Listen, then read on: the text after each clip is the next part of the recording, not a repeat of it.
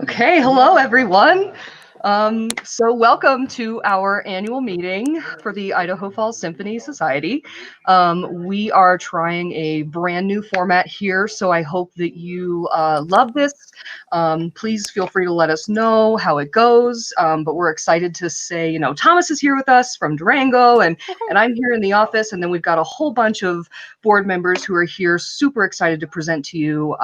So I will bring Arthur Kull onto the call briefly and see how Arthur is doing.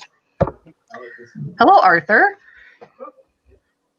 Okay, now I'm in the show, right? Okay. Yeah, so now you're here. Welcome. Hey, Arthur.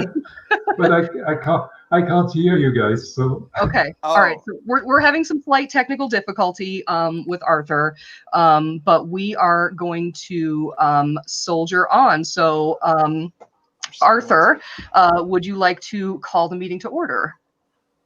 Okay, certainly. I call this meeting to order. This is the annual meeting of the Idaho Falls Symphony today in June of 2020.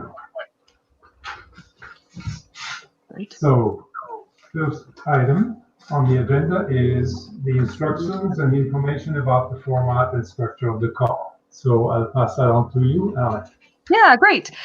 So as I mentioned during the intro, we're trying out this new format. So we are currently live on both Facebook and on YouTube. So feel free to, if you have an account on either of those two things, you can leave a comment and we get a little pop-up here and we can say hello. So for example, I will show you the very first person who showed up was our board member, Theron McGriff. So I will bring his comment here and we can see it and say, thank you for being here, Theron. Hi, Diane. Hello, hope you're doing well. So feel free to leave a comment. If we've got time, we'll try to get to those. But we have so much information to share with you, so I'm not sure what all we'll get to, but please feel free to try, and we'll see how that goes. So we will move on next to the President's Report, which is given by Arthur. Okay, thank you, Alec. So the 2020 President's Report. Well, after a great first half of 2019-2020 season, actually it's more than half, it's 8 months, we had to cancel our last two symphony concerts, as well as the chamber music evening and the youth symphony concert due to the COVID-19 pandemic. As a result, our beloved symphony is now in a holding pattern. On a positive note, though, thanks to the generosity of most of our patrons who agreed to donate to the organization the tickets for the canceled events, we were able to maintain a cash reserve of around $350,000, which is really helpful in these uncertain times. Included in these number are $43,400, which we borrowed with an interest rate of 1% through the Federal Paycheck Protection Program, PPP, a loan that will eventually be forgiven. Because of the possible implications of the current situation on the organization's survival, our major focus in the next month or so will be about figuring out the best way to move forward. At this point, the May 26, 2020 Idaho rebounds protocols for mass gatherings are such that to adhere to them with an attendance of between 800 and 1,200 patrons at live concert in the Civic Center for the Performing Arts is not possible, as according to an estimate by its manager Ed Morgan, only about 600 seats can be used to meet the physical distancing requirements. In addition, the logistic of physical distancing in the lobby, the auditorium aisles, and the bathrooms are additional challenges. Physical distancing requirements will also affect the number of musicians that can be on the stage. And of course, with that, our programming will need to change as well. As a result, live streaming our performances may become the only possible avenue to deliver concerts. We're currently working on the electronic architecture necessary, as well as on a revenue model that encourages people to pay to watch and listen to live stream concerts. To figure out whether such concerts could be attended live at all by some of our patrons, and to develop the guidelines and policies needed for both live attendance and online viewing, we are assembling a team comprised of board members plus Executive Director Alekzandria Peugh and Music Director Thomas Heuser to propose the best options for delivering orchestral performances in a safe manner and congruent with the CDC, the Center for Disease Control, and Idaho guidelines. Looking back at this past season, my heartfelt thank you goes to our musicians, our volunteers, our dedicated staff, our board of directors, and to all the committees for the excellent work they have done and continue to do to make the Idaho Falls Symphony such a successful organization. Thank you. Thank you, Arthur. Wonderful. All right, so moving on from that is the State of the Symphony report, which is myself and Thomas. So we will briefly say goodbye to Arthur. Thank you so much. And now we will switch over to the State of the Symphony, and I will turn it over to Thomas to talk about the season. Hi. Hi. So, yes, this is such a cool format. So great to see all of you on Facebook and YouTube. Hello to our loyal audiences, musicians, and friends. We are having our very first digital State of the Symphony address. And it's, again, these meetings are every year for our members, those who donate. I think it's $25 or more. And now we're opening it up to this much larger audience, and it gives us a chance to share with you all that's been going on and to give you a little bit of an update. I would just echo Arthur's sentiments about thanking everyone, our volunteers, musicians, everyone in the community. It's just incredible the amount of support we've seen, especially in these uncertain times. It's been very emotional, and we are so grateful for all of you there behind the scenes. So here we are. This was our 70th anniversary season, the 2019-2020 season that we've just come out of. And 70th anniversary has been such an exciting time to explore who we are as an orchestra and to put on concerts of a great variety. And of course, as Arthur mentioned, we didn't finish all of those concerts, but we did have a fantastic year before the cancellations began. So rewinding time a little bit back to September of 2019, we kicked things off with our annual concert in Fremont Park, the park concert there. You can see there was dancing. There's Arthur and Annalise actually waltzing in the grass. Our first rehearsal back in the band room, we had the guest conductor, of course, a young individual chosen by one of our loyal patrons who gave the opportunity to the student to conduct the symphony. So much fun. And I have to say that this whole presentation is going to be very nostalgic for us because obviously we are so hopeful that things get back to normal as soon as possible. But a lot of these scenes are going to seem very absent physical distancing, and so it's the kind of thing that we are really going to be missing here. But obviously, we hope to be back in Fremont Park. The upcoming Fremont Park concert will be September the 12th, or some sort of outdoor musical events of some kind. We're brainstorming how best to make that happen because we know it's really important that there's music from the symphony in the summer and out of doors. I'll take the next one too, Alec, and then I'll turn it over to you for our wonderful November event. So we got the season started with a concert we called Masquerade. There's some fun pictures here. This concert was featuring Carnival of the Animals, and so we had a family concert on the day of, turned it into something of a costume contest for the young people who came with their families. As you can see, the staff and orchestra were also into it. I believe I was Bugs Bunny before I made my departure that night, but we also had an amazing turnout for the for the family show. I think it was one of our best attended, and the pictures say 1,000 words. The kids looked so fantastic. We had such a wonderful time. Our soloists did a fantastic job. So thank you, Stephen and Michael. And of course, narrator Mick Oman stole the show there with his wonderful readings of the Ogden Nash poetry. So it was a wonderful start to the year. Again, it seems like ages ago, but that's how we got things started with our breast cancer awareness concert Masquerade back in October of 2019. Yes, and of course, thank you to Mountain View Hospital for that concert. We present it as part of their October breast cancer awareness efforts. So thank you to them for their support for that. As Thomas mentioned, I'll take it over to talk about the November concert, which was this fantastic display of the planets with a beautiful presentation done by our own Roger Evans. Thank you so much for all of that. As you can see displayed above the orchestra in those photos, that was a beautiful display, and it really heightened a piece that's just fantastic.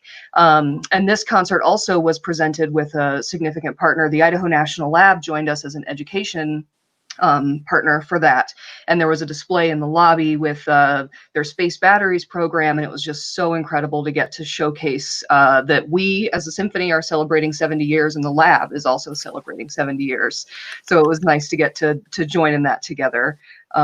So very fun concert. Definitely missing that. And then I know, and if I just wanted to chime in with one other thing about that, we had this wonderful experience as well with behind the score. We played the Strauss Till Eulenspiegel, and thanks to our awesome librarian staff, we had excerpts that we could demonstrate for the audience how the piece was put together, and it was our first foray into this kind of inside the score thing, and that was just so fun. So I know a lot of you enjoyed that, and we hope to do more of that kind of in-concert education and a score analysis in the future. So yeah, that was a fun piece. Yeah, it was. Thank you.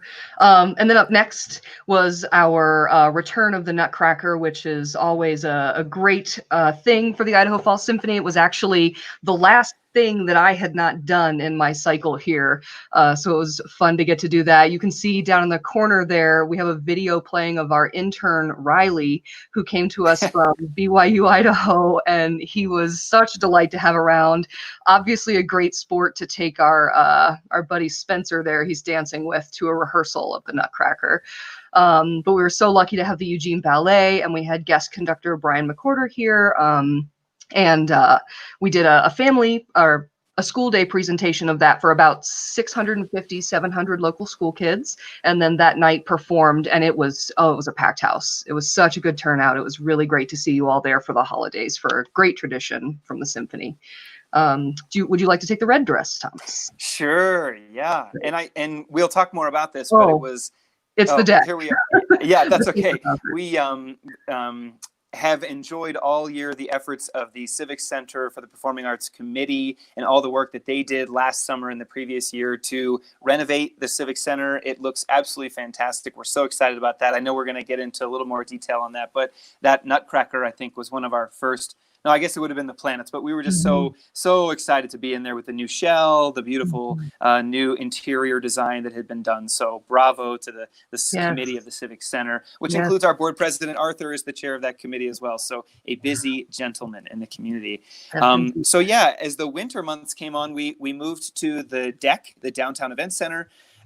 This is a wonderful venue right in downtown Idaho Falls, and we had a presentation of our string quartet, one of our evenings of chamber music. You can see that there were some wonderful desserts, round table seating. This is something that we look forward to presenting more concerts in this type of format this year, and I'll say a little bit more about that when we get into what is coming up in the current season. But this is such a wonderful way to relate in an intimate setting to our musicians and to build that symphony family relationship. So that was a lot of fun. Mm-hmm. And do we go right to February? There we are. Yeah, no, the address. Okay. So as you can see, quite the production for the movie music of Danny Elfman. That was our Red Dress concert sponsored by Ermac Hospital. Their annual Red Dress concert celebrates heart health, and particularly women's heart health in the community. It's a really important message. It's been what is it, 15 years of Red Dress concerts or so? Yeah. Really incredible support from Ermac. So thank you all for that. And the movie music of Danny Elfman. Wow, that was so much fun to put together. Music from Spider-Man, Batman, of course, his theme music from The Simpsons, one of his most well-known works, and a number of other sort of movie composers to give Danny Elfman context. But just a visionary composer, very colorful writing, and we backed that up with, you can see some beautiful colors on the stage. It was all produced with wonderful lighting. There, you'll see Joe. There's our wonderful operations director, Joe Groh, giving the thumbs up to Flat Tom. So I was conducting the Alabama All-State Symphony during the first part of the week that led up to this concert, and so I was there only in cardboard fashion. And I think that's a segue into what else was going on there in February. We have our gala, but I think we'll get to that. That was me being flat, and my flat self will come back here. This picture, sadly, is the last rehearsal we had before our season was canceled due to the coronavirus pandemic. This was, I believe, probably a rehearsal of the Florence Price First Symphony. We had a concert schedule of all women composers, Florence Price, Missy Mazzoli. It's heartbreaking that this was our last thing that we got to do, but we did at least read through the music.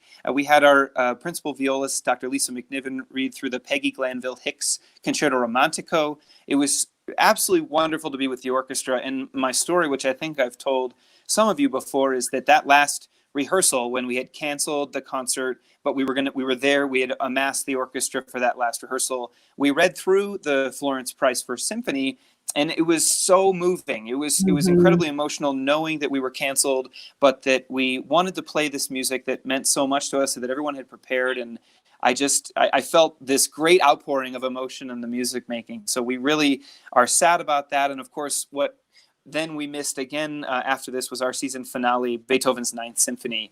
Just heartbreaking. It was the triumphant conclusion to our 70th season.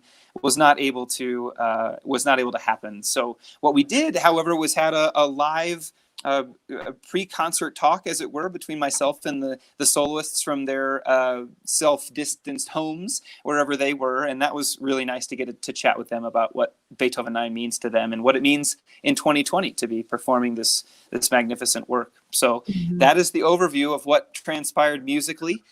We've got, of course, a presentation by our Youth Symphony Music Director, Diane Soelberg, about all that's been going on with that. But I think before we get into all that, Alec, are we delving into the future a little bit? Yes, yes. I think some folks would like to hear from us about the future. So I'd like to start by saying, there are some things we've been doing as we've been navigating this COVID-19 quarantine situation. And so I wanted to start by highlighting a couple programs we've developed. So there's this Play On that we've been doing where we've had members of both the orchestra and the youth symphony submitting videos and photos and whatever they have of us of what they've been doing while they've been in quarantine. And we've gotten some really incredible content from that. There's a shout out I want to give to a member of our youth orchestra, the Bailiffs, especially Addison and Isaac, has sent us some really good videos that are very funny.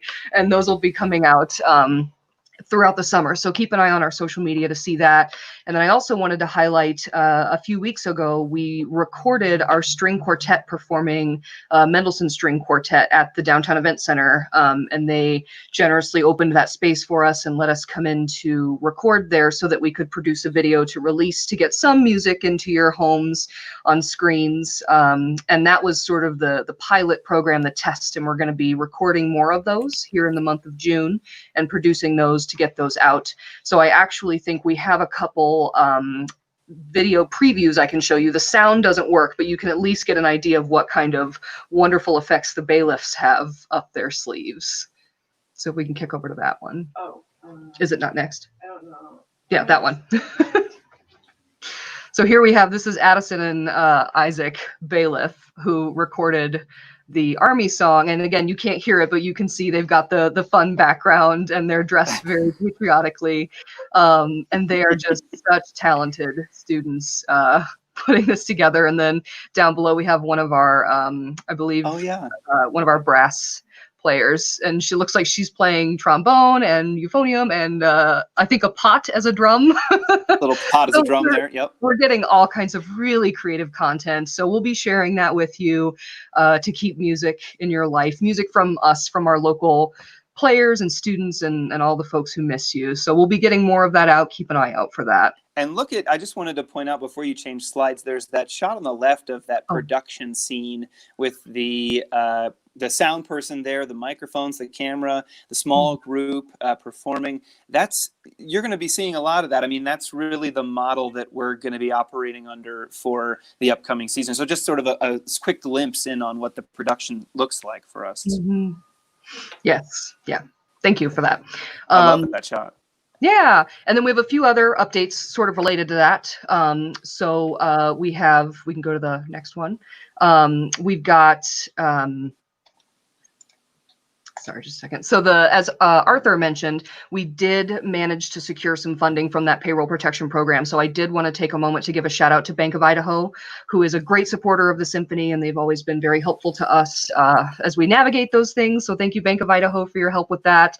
And then a huge thank you to WIFLE. Our former board member, Judy Brower, was very helpful to me filling out all of that paperwork so that we did get some funding to help us get through the summer and keep our folks on payroll. So very appreciative for the folks who helped with that program. And then I also need to echo the shout out to thank everyone who donated the cost of the fundraising parties and their season tickets for the events we had to cancel. It really helps us a lot that you let that roll over into a donation. So thank you so much for that. And now, Thomas, I can turn it over to you to talk about. Sure. Which is so hard to do. So we are, as you all know, the news changes day to day, and there's still so much up in the air, even though we're now, months away from when this quarantine first started. But what we're hoping to do is, as Arthur mentioned, really live concerts are virtually impossible right now. And so what we're going to do is shift to an online season. And what that means for us is that content that's created by our musicians is going to be available for subscribers online. Everybody's season seats stay the same. There's not going to be any changes and that kind of a thing, but it's a new model. It's a new look for the year. And I think that it's going to be a way for us to weather the changes and wait for the health situation to improve while still remaining in everyone's lives and actually impacting possibly a greater audience. There are people who maybe don't feel that comfortable trying out the symphony just because they have to go. And so we're taking that off the table. You can stay home and experience the symphony from the comforts of your couch. And that's, in this case, what we're asking for is for people to stay tuned in and stay part of the symphony experience from their homes. Again, as Arthur mentioned, we are going to do our due diligence to see what kind of in-person audiences are possible. The events that we're looking at will be the smaller ones, maybe the ones where we have a chamber music situation where there might only be 30 some guests, where we can have a much more control over the experience in terms of audiences' potential exposure to COVID. And I think right now I speak for the whole organization when I say that the safety of our musicians and audiences is the primary concern. And so we want to both be making music and providing this much loved art form while keeping everybody safe. So again, as I mentioned before, the park concert, the outdoor concert, something may be possible there because we have the outdoor venues in Idaho Falls, some wonderful options there. We're planning for a smaller orchestra than even is usual for the park concert because of the fact that we can't amass a large enough group because of the restrictions on gatherings. And that restriction kind of carries through for us for the rest of 2020, all the way through our December concert. We had a plan A. We put the plan A out there, and I don't know if we're on plan B or C or D or R, or I don't know where we are at this point, but a lot has changed. And so our first concerts of the year are going to be exploring chamber music, essentially chamber orchestra. There's, for example, we're hoping to present Appalachian Spring in its first version for 13 instruments. There are other ensembles that were created during wartime, the First World War, when finances were tight and there was not the same kind of comfort level with live performance. And a lot of works were created in those eras that are appropriate to this situation. Chamber music has always played a really important role, so we're going to lean on chamber music for the rest of 2020 and hopefully gather a kind of Baroque orchestra around the holidays in December to present some Baroque orchestral music. So all of these things are on a smaller scale, but should still be very impactful. And one of the things that Alec and I are working on with everyone in the team is to see how can we be relevant to the social conversation too. We want to have more diverse composers than ever, incorporate the voices of composers that get overlooked very often, Black composers, composers of color, making sure that there's a real emphasis on incorporating voices that haven't had a lot of the share of the stage at symphony orchestras, not just ours, but the world over. And so we want to be a part of this effort to lift up those voices and incorporate them into our programming. So that's a big feature of the year ahead, and especially for 2020. Again, it's not clear how it's going to look. 2021, equally unclear, but our hope is that for at least potentially our Red Dress concert in February, and if nothing else, our season finale, we would like to have a full orchestra back on stage with an audience of some kind so that we can celebrate the end of the season. That last concert in April will feature the winners of our Young Artists competition. That's been going on over the summer. We've had some fantastic entries. There's so much talent in our community and in our state, so we're very excited to see who comes out on top of our Young Artists competition. They will be featured in April on our season finale concert, which hopefully features full orchestra. So we'll be teasing out sort of what the details of our concerts will be, but again, unfortunately, our plan A has been abandoned. We're, as Arthur said, changing the size of our ensembles to make it more appropriate for the social and physical distancing requirements. And, the hardest thing for me with both of the orchestras that I'm working with is that I don't get a chance to ask everybody in the orchestra to come and play. That is just a very sad reality because we just can't do it. There's not the facilities. It's not necessarily legal to bring everybody together. So with all of these things, we're trying to navigate and figure out how to remain relevant to the social conversation, how to remain in everyone's lives in Idaho Falls and beyond, and to, continue making music. You'll see a lot of industrious musicians in the Idaho Falls Symphony this year doing their part, whether it's in an ensemble or from their homes on recordings, making music for us. And we're going to be sharing a lot of that with you, as Alec mentioned, as our musicians play on, regardless of the situation. So much to look forward to. But again, details are hard to come by right now. So stay tuned. Yes. Thank you so much. Thank you for the comments that have been coming in. Just want to say hello to everyone who's here. It looks like we have about 35 folks who are watching with us. So thank you for being here. I am now going to turn over to our Youth Symphony Director, Diane Soelberg, who will talk to us about the state of the Youth Symphony. So, Diane, welcome. Thank you. I'm excited to be here and happy to take a few minutes to give a brief report and review of the state of the Youth Symphony and to share a few of the highlights of this past season. Fall of 2019 marked the beginning of our new preparatory string orchestra, otherwise known as the PSO, under the direction of Annalie Kelly, who has done a fabulous job. The PSO joined the Youth Symphony Orchestra for our first successful concert of the season on November 21st.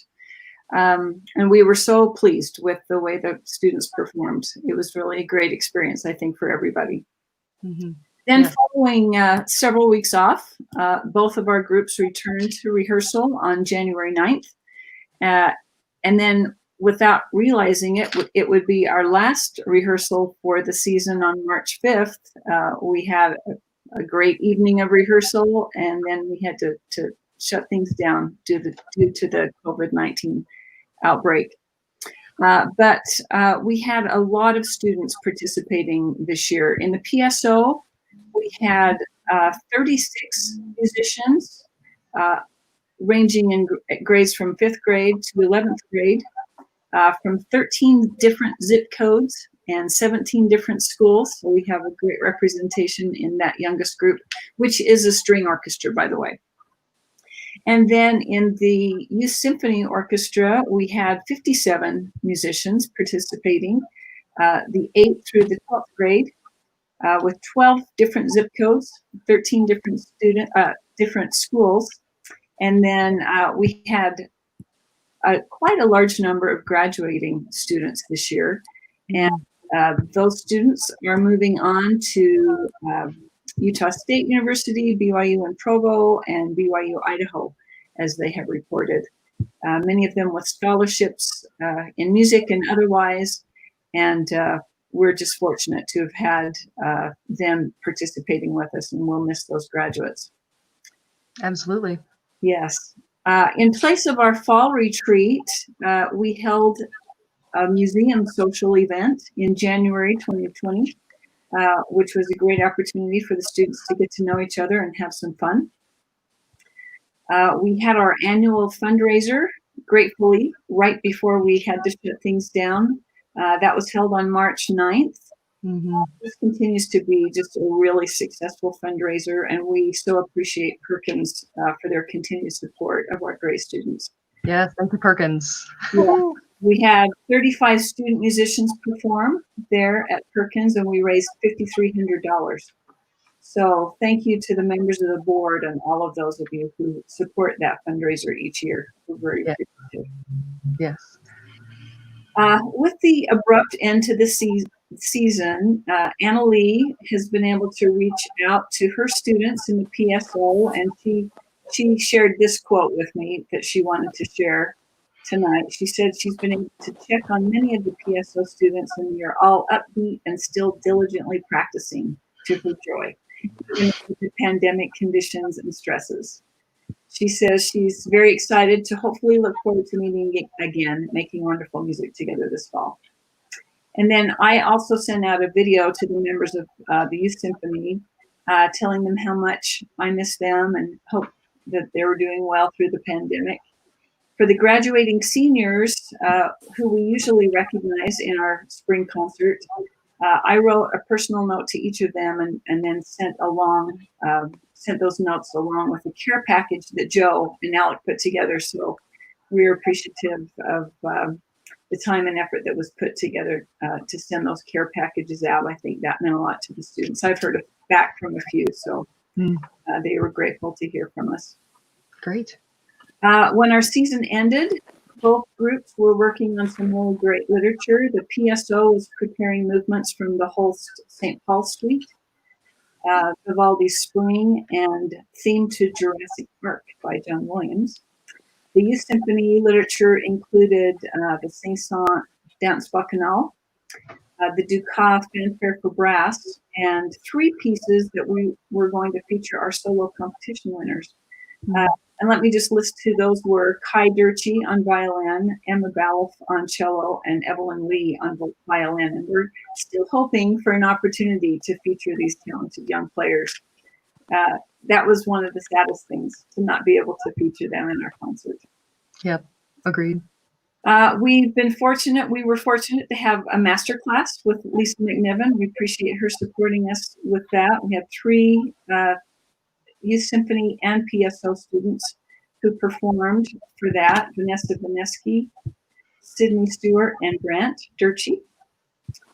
I would like to personally express appreciation to our mentors, including Emma Rubenstein, Bala, Sasha Schumacher, and others who assisted our students not only in learning their parts, but also in helping them understand rehearsal etiquette, rehearsal preparation, and so many more things that go into those rehearsals.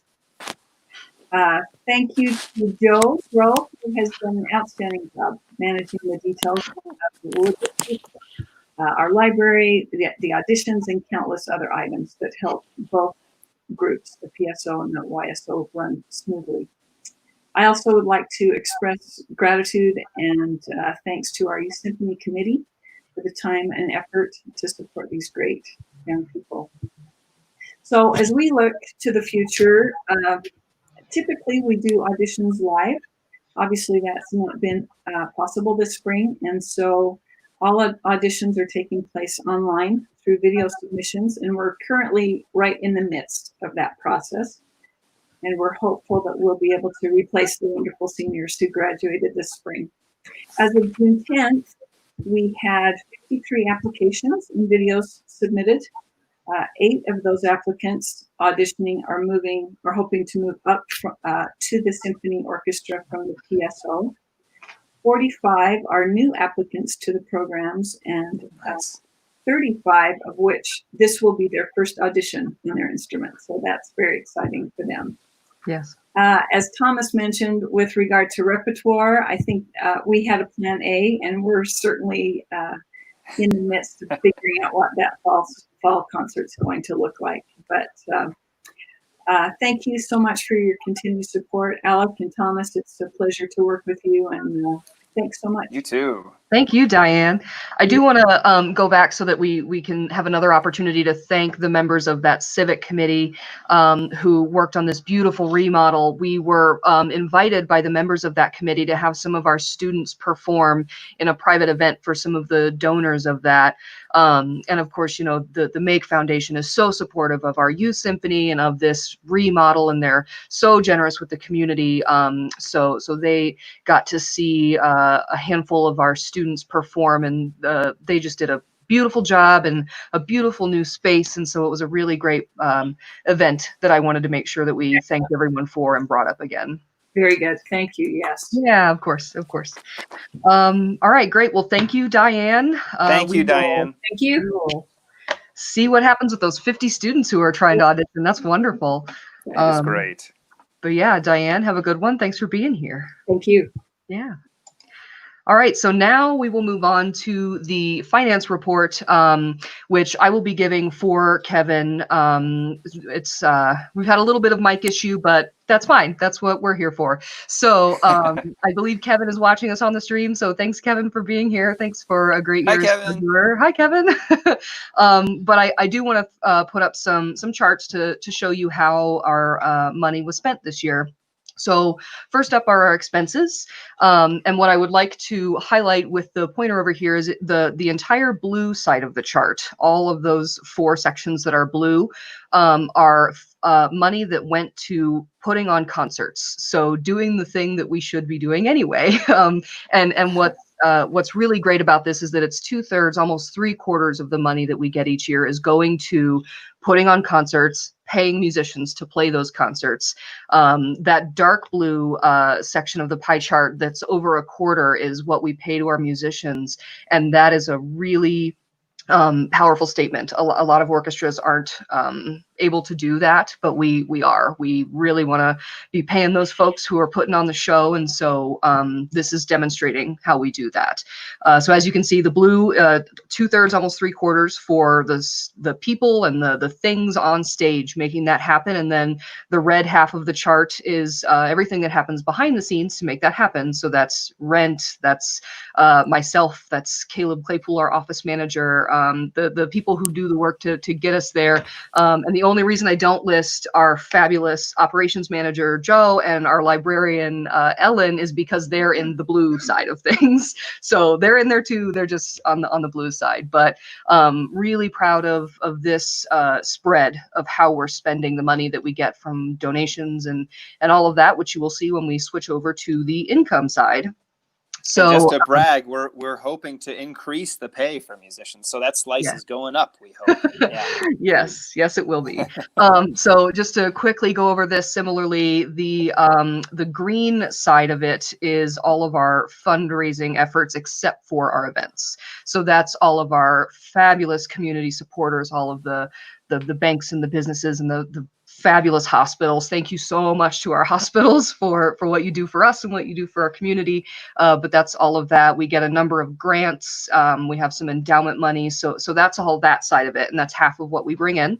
And then the next thing I want to highlight is our ticket sale, which is the orange portion. If you can see that number, it's just under 26% of our annual income comes from ticket sales, which is better than the national average. And we're very proud of that. That means that folks are coming to the concerts where we are spending 3/4 of our money to make those happen. So this shows that we have the community support that we need to keep going. And again, thank you all so much for that. We would not be here without you. And of course, the fundraising events, the fabulous gala, which we will get to very shortly, as well as those fundraising parties. So this just shows that breakdown. So that's our financial report.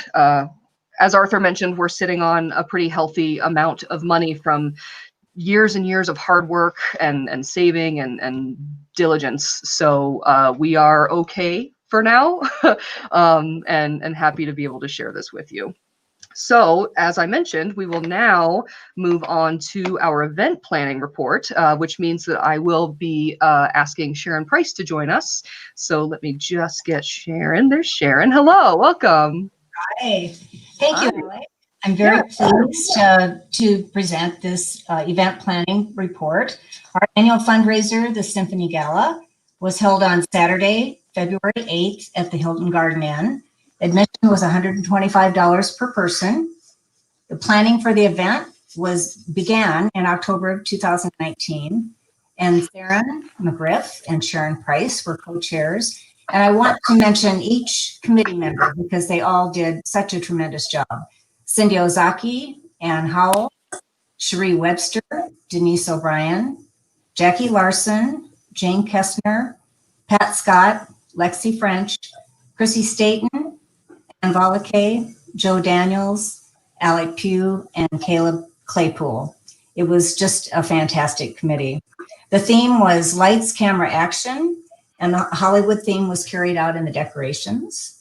Kevin Young and the Shift provided the musical entertainment, and 135 people attended the event.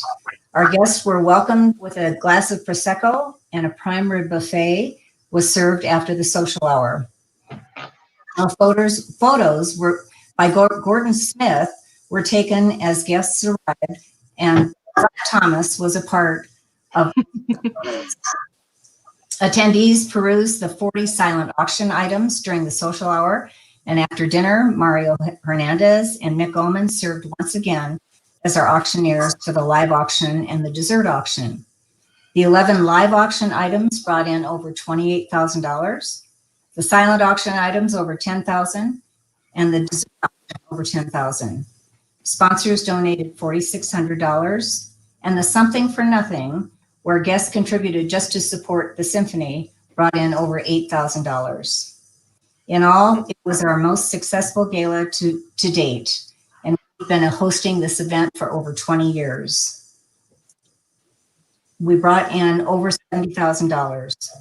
We especially appreciate Alec and her team of capable volunteers, Mario and Mick, to whom we owe a great part of the success of the evening, and the hardworking and dedicated committee, and especially to Theron, who's going to be chairing this next year. We look forward to next year's gala, where the theme will be Let the Good Times Roll, and we'll carry that out with a Mardi Gras theme. In regard to the parties attendees signed up for at the gala, the Martini Party was the only one that took place before the pandemic. Because of this crisis, the INL Geology Tour and the Art Tour were canceled. The limoncello class, symphony soiree, beer tasting, and jazz and jambalaya parties were put on hold, perhaps to be scheduled at a later date.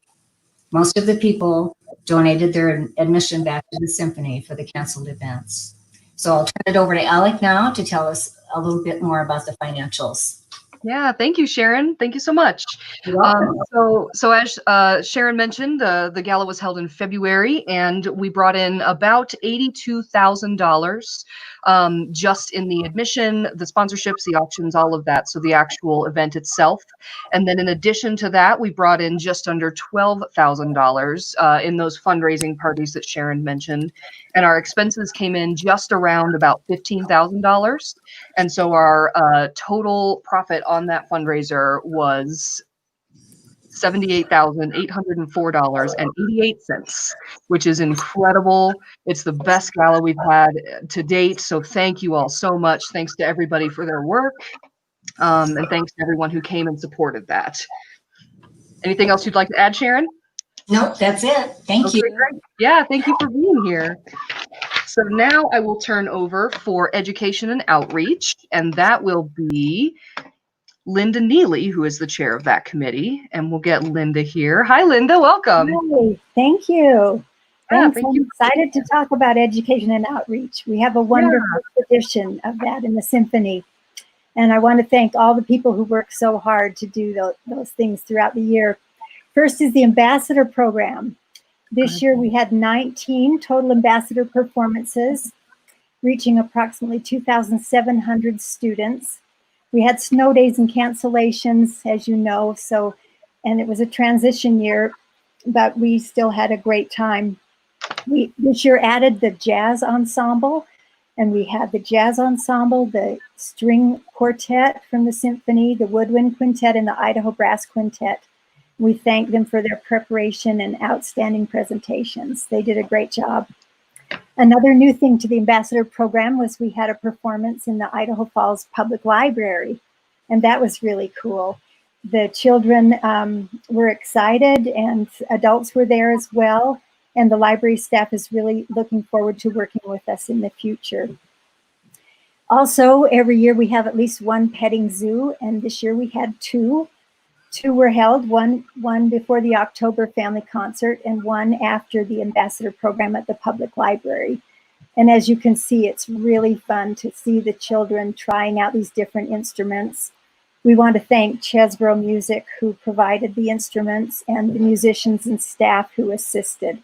It's just a great way for students to have an opportunity to try out these instruments. And in January, we had a meeting with the District 91 secondary school music teachers, and that was really cool. The group wants to see some more partnership with the symphony and the youth symphony and have more offerings and outreach to students of all ages. And when we get to meet again as an education and outreach committee meeting, we'll be talking about that information that we had from that discussion and how we can help them, because we really appreciate all that the local music teachers do to help bring music into the lives of our young people in our community. We're very grateful for them. And these pictures are the pictures of the master class that was mentioned that Lisa McNiven gave just before, after the March concert had been canceled. And we really appreciate Lisa and the students pressing forward. They had a great experience, and we try to do that every time we have guest artists, have them teach some of our local people, and that's a great outreach and opportunity. The Young Artist Competition was mentioned, and before I say that, we want to remind everyone that Thomas gives great pre-concert talks before all the subscription concerts, and everyone enjoys hearing from him. And Thomas also, as he's in town, tries to visit junior and senior high school classrooms, music classrooms, and the students love working with him, and it's a great support to the music teachers. And last year, we had the Young Artist Competition, and every other year we have it again. And so this year, digital submissions closed on June 1st, and Joe reported that we have 19 applicants that completed the registration process. 11 in the junior division and 8 in the senior division. And so judges from the symphony will be receiving information and video playlists to begin the process of narrowing it down so we can have the finalists and hear them next spring. So as you can see, we have a lot of wonderful education and outreach going on, and we're very grateful to everyone who does this. We want to thank our staff, especially Alec and Thomas and Joe, and our education committee members who work so hard, and we appreciate their service this season. And Looking forward in these unique times, we're excited to figure out how we can continue to do education and outreach in the future. So thank you very much. Thank you, Linda. Thanks for a great report. Thank you, Linda. Yeah, thank you. Yes, so now we will move on to the orchestra representative report. Can you click through? I'm going to turn that over to Thomas to chat a little on behalf of the orchestra representatives. Okay, hello everybody. Yes, as Linda mentioned, and Diane as well, our orchestra, in addition to being a group of incredibly fine musicians, they give so much of themselves and their time to our education efforts, coaching the youth symphony. There's just so much that everyone is doing over and above. So I'm incredibly grateful for all of our musicians, and we've had some great opportunities to collect feedback from the orchestra this year. I know our orchestra representatives on the board have been getting a lot of conversations going with the musicians about the symphony experience. And so we are very appreciative for all the feedback and hoping to incorporate a lot of the suggestions as we move forward. We, together with the orchestra representatives, drafted a new master agreement to move forward. Of course, it's an interesting time to be negotiating a master agreement when so much is up in the air, but we really appreciate the process this year, and we got a lot out of that conversation. The board of directors of the Idaho Falls Symphony does hold seats for musicians to represent the orchestra, and so we have had a number of really excellent musicians represent the orchestra on our board, and want to acknowledge the outgoing, current, and new orchestra representatives. Thank you all so much. So currently, the orchestra representatives are Amanda Poidovin, cello, Karen Wright, clarinet, and our outgoing orchestra representatives, Bill Smith, tuba, and Rachel Emerson, trombone. And we just had digital elections for the outgoing orchestra representatives, and they selected among their peers Doran Davis, French horn, and Christine Hutchings, cello. So thank you all for joining the board, joining in our leadership team, and helping to provide us with the valuable insights that you guys provide in the process of our governance. So here's to the future, these new orchestra reps. Thank you all so much for what you do. And Alec, that's it for the orchestra report at the moment. Great, thank you for giving that. The next agenda item is the election of our new slate of directors. So I will bring Arthur Kull back onto the call. Hi, Arthur, welcome. Okay, can you hear me? Yes, we can. Okay, very good. I'll put the phone away. That's great. Okay, for the election of a slate of directors for the 2020-2023 term, we have one completely new person, Ron Ayers, which many of you probably know from other venues or other organizations, and we thank Ron, of course, to volunteer for that. And Julie Brower, who is not unknown in the symphony because she has been treasurer for many, many years, and she has agreed to be on the board again. So we're looking forward to have her back. And then we have other people who have served shortly, a short time on the board, replacing other board members that have resigned or left. And those are Sharon Cook, Ilan Eddington, and Warren Maxfield. And they're all running for their first term. So I welcome them as well. It's going to be a great team. And then I'm running for the 5th term. Although this is not quite kosher according to the bylaws, but since I'm vice president, I'm allowed to finish my 5th term. So that's what's happening. And last but not least, Jackie Larson has agreed to serve a 3rd term. So I would like to thank everybody for volunteering to continue or to join our team. Now for the votes, what we're going to do is, since we can't do all the yeses, what we're going to do is if anybody is against any of these on the slate, please send us a message. And otherwise, what we'll do if we have no no's, we will just consider that the vote, the yeses carry. So I'll wait about 2 minutes to see what happens. Sure. While we do that, Arthur, I do want to just quickly thank some folks. So if we can go to the next, I want to thank Jackie Larson, who is our outgoing past president, who, as we know, picked up my job for a brief time and did a great job keeping the symphony going, and has had great service as president and past president. So we appreciate her, and we're glad that she'll be staying on the board. As Arthur mentioned, he's technically the outgoing president, but we still have him for a few more years because he becomes our past president, and he's taken on that third year, the 3-year term in addition to that. So we'll have him for a while. And I also wanted to give a shout out to Linda Neely, who has been our board secretary now for a few years, and she's done a really great job getting all those minutes and keeping us organized. So Linda, thank you. Thank you, Arthur. Thank you, Jackie, to all of you for all that you've done. And then to mention, so our new secretary will be Kim Carpenter. So thank you so much, Kim. And our incoming vice president is Jake Durchie. Very excited to have Jake on board. And Cindy Ozaki will move from vice president to president effective July 1st. So thank you to all of those folks. It doesn't look like we've gotten anything coming through about the slate being a no. So I think that we're good to approve that. Okay, so the slate of candidates for directors for 2020 to 2023 term is approved. So thank you very much. Yeah, thank you. And I'm looking to the future. And now the question is, do we have any other business? We do. We have a couple other things.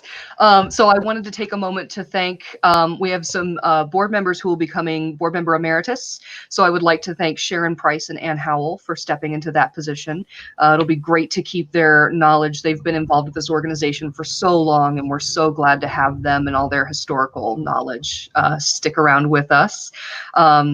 And then I also needed to take a moment to thank our supporters and our volunteers and the people who make it possible for us to do what we do. You know, our volunteer base is so important, and we're so appreciative. We could not put on our concerts without ushers and ticket takers and box office staff. So thank you. I hope that you're all safe. I miss you so much.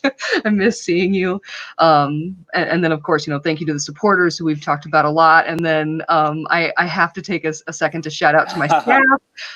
Because this is our first full season together, and even though it's been an interesting one, it's been we've made it through it because of their support. They've helped Thomas and me get through this, and I'm so thankful. So thank you to Caleb Claypool, the office manager. Thank you to Ellen Marquez, the librarian, and thank you to Joe Groh. I read them out of order.